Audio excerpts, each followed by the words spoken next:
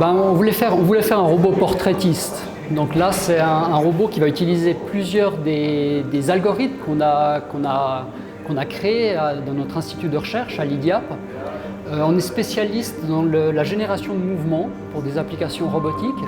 Et puis là, on voulait avoir quelque chose où le robot puisse prendre d'abord une photo de la personne, puis après puisse convertir cette photo en mouvement qui va reproduire comme ça sur une feuille de papier. Et puis derrière, on voulait un certain style artistique qui ne soit pas en fait comme une imprimante, mais plutôt d'avoir un robot qui fasse des mouvements très, très naturels et puis très humains, en faisant c'est comme une forme de gribouillage, mais qui vont finalement créer un portrait à la fin qui va ressembler à la personne qui a été prise en photo. Donc là, c'est une application qui pour l'entertaining, mais derrière ceci, il y a plusieurs aspects de recherche, il y a plusieurs défis. Le premier défi, c'est de transformer une image en tracé vectoriel, donc en chemin qui est d'abord dans un plan, de le faire de manière artistique et puis avec des outils d'optimisation, donc là de trouver quel est le meilleur chemin à suivre pour reproduire ce tracé. Puis après, il y a tout ce qui est l'aspect mouvement en lui-même, comment convertir ce tracé en geste pour le robot qui va utiliser toutes les articulations du robot de manière optimale.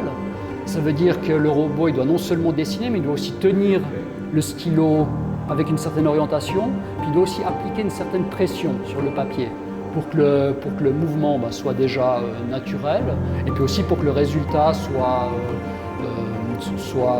disons, artistiquement convaincant avec l'utilisation que d'une couleur. Donc ça veut dire que pour le robot, c'est aussi dire qu'il doit passer plusieurs fois au même endroit s'il veut que le dessin apparaisse plus sombre à cet endroit-là.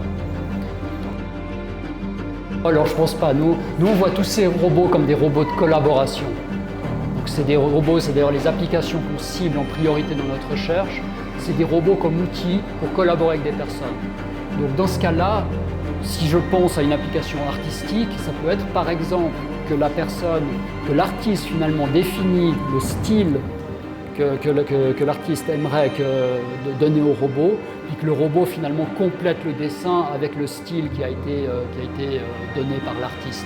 Donc là, c'est déjà une forme de collaboration où c'est en fait, c'est pas le robot qui décide par lui-même quel style il va utiliser, mais c'est la personne qui va lui enseigner comment faire ça.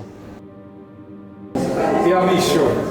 Zufrieden mit dem Porträt bis jetzt? Bis jetzt schon. Also, am Anfang, die ersten 10-20 Minuten, habe ich das Gefühl gehabt, das ist nicht mehr. Aber ich habe dann erklärt bekommen, dass es verschiedene Levels gibt, wie das interpretiert ist worden. Und jetzt ist er auch am zweiten oder dritten, keine Ahnung wie viel. Und jetzt erkenne ich mich wirklich. Also, aber jetzt erkenne ich mich, aber es geht noch 30 Minuten, sagt da die künstliche Intelligenz. Das heisst, Kunst braucht Zeit. 31. März. Drossbot. Merci.